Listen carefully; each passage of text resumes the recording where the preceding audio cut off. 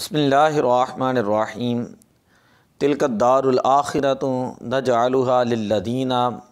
لا یریدون علوا فی الارض ولا فسادا۔ اللہ تبارک و تعالیٰ نے ارشاد فرمایا یہ آخرت کا گھر ہم نے ان لوگوں کے لیے تیار کیا ہے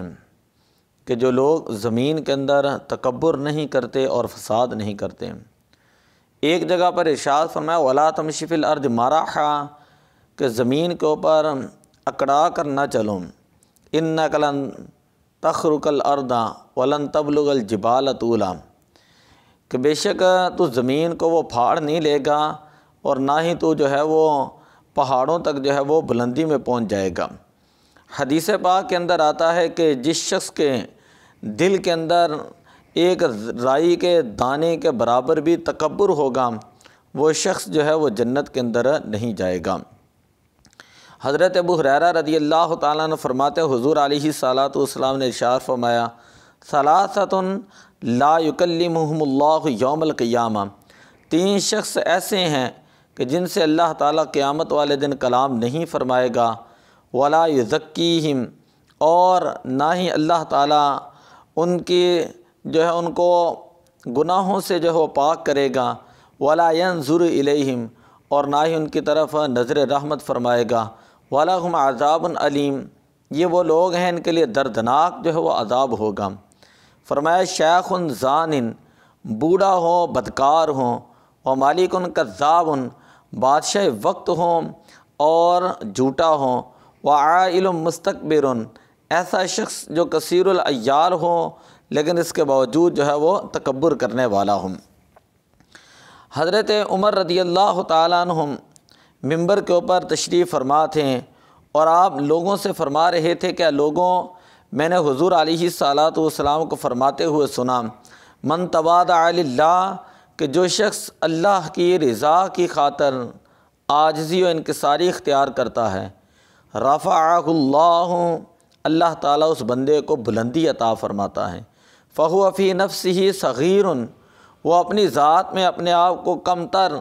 حقیر اور چھوٹا سمجھتا ہے، وفی اعین الناس عظیم، لیکن لوگوں کی نگاہ میں وہ شخص جو ہے وہ بہت بڑا ہوتا ہے، ومن تکبر، اور جو شخص تکبر کرتا ہے، وضعہ اللہ، اللہ تعالیٰ اس کو پستی جو ہے وہ عطا کرتا ہے، فہو فی اعین الناس صغیر، وہ شخص لوگوں کے نگاہ کے اندر چھوٹا ہوتا ہے، وفی نفسہ کبیر، اور وہ اپنی ذات کے اندر جو ہے وہ بہت بڑا ہوتا ہے، حتیٰ لہو اخوان علیہ من کلب او خنزیر، یہاں تک کہ وہ لوگوں کے نزدیک خنزیر اور کتے سے بھی زیادہ جو ہے وہ حقیر ہوتا ہے۔ تو ان احادیث پاک سے ہمیں یہ پتہ چلتا ہے کہ انسان کو جو ہے وہ اپنی زندگی جو ہے عاجزی و انکساری کے ساتھ جو ہے وہ گزارنی چاہیے۔ ایک حدیث پاک کے اندر حضور علیہ الصلاۃ والسلام نے ارشاد فرمایا تین چیزیں ایسی ہیں جو انسان کو نجات دینے والی ہیں، اور تین چیزیں ہی ایسی ہیں جو انسان کو ہلاک کرنے والی ہیں۔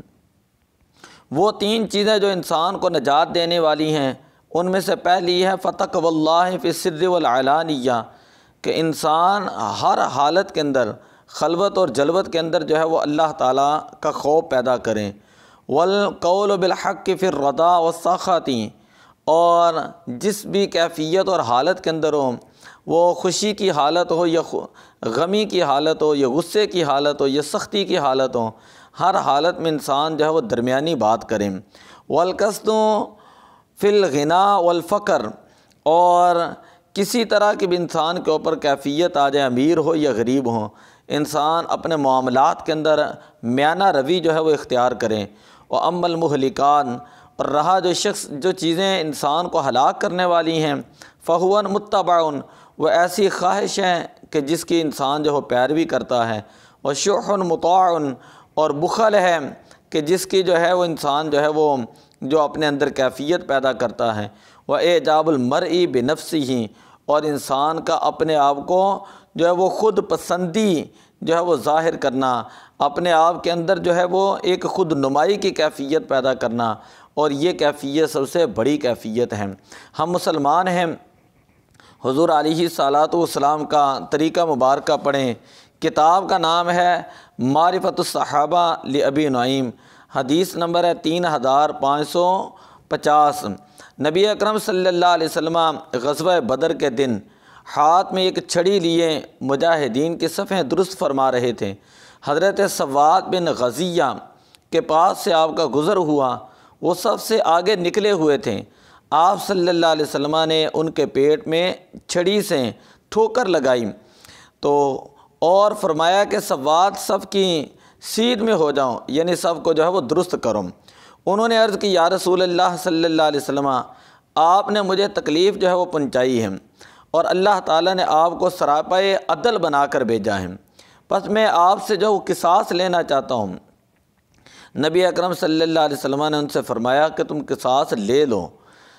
اس نے عرض کی یا رسول اللہ صلی اللہ علیہ وسلم، جب آپ نے مجھے لکڑی کے ساتھ جب وہ ٹھونکا تو میرے بدن کے اس حصے پر اس وقت قمید نہیں تھی۔ نبی اکرم صلی اللہ علیہ وسلم نے اپنے بدن مبارک کے اس حصے سے چادر ہٹائی اور فرمایا اب قصاص لے لو۔ سواد آگے بڑھیں اور بڑھ کر آپ سے گلے ملیں اور آپ کے بدن اطہر کے اس حصے پر بوسہ دیا۔ آپ صلی اللہ علیہ وسلم نے فرمایا سواد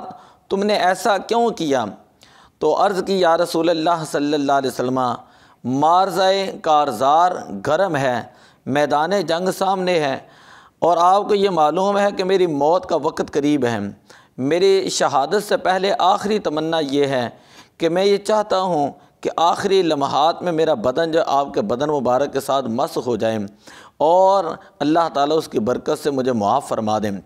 پھر حضور علیہ صلوٰۃ والسلام نے ان کے لیے خیر کی دعا فرمائی۔ اسی طرح ایک روایت کے اندر حضرت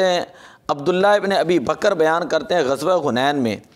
جو شریک ایک شخص نے مجھے بیان کیا کہ حضور علیہ صلوٰۃ والسلام کہ اس نے نبی پاک صلی اللہ علیہ وسلم کے نزدیک جانے کی کوشش کی۔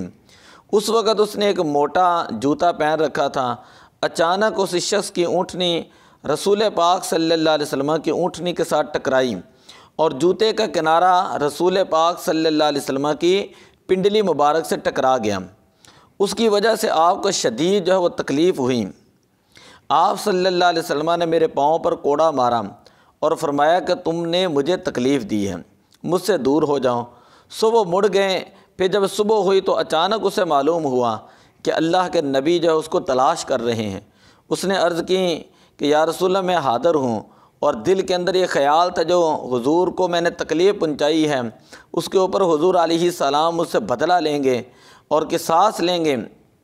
تو کیا دیکھتا ہوں قصاص لینا تو دور کی بات ہے، حضور علیہ صلوٰۃ والسلام نے جو قصاص کے طور پر 80 بیڑیں جو ہیں وہ مجھ کو عطا فرمائیں۔ حدیث کی کتاب سبل الہدیٰ والرشاد جلد نمبر 5 صفحہ نمبر 390۔ تو اس سے پتہ چلتا ہے کہ انسان کے اندر جو ہے وہ جو تفاخر ہے، وہ جو تکبر ہے، استکبار ہے اور دعوی پارسائی جو ہیں اور زوم پارسائی جو ہیں اور جو انسان کے اندر غرور اور نخوت ہے اس سے انسان کو باہر آنا چاہیے اور جو حضور علیہ صلوٰۃ والسلام کی تعلیمات پر انسان کو عمل کرنا چاہیے۔ جو قرآن کریم کے اندر تعلیمات اللہ تعالیٰ نے مسلمانوں کو بیان کی ہیں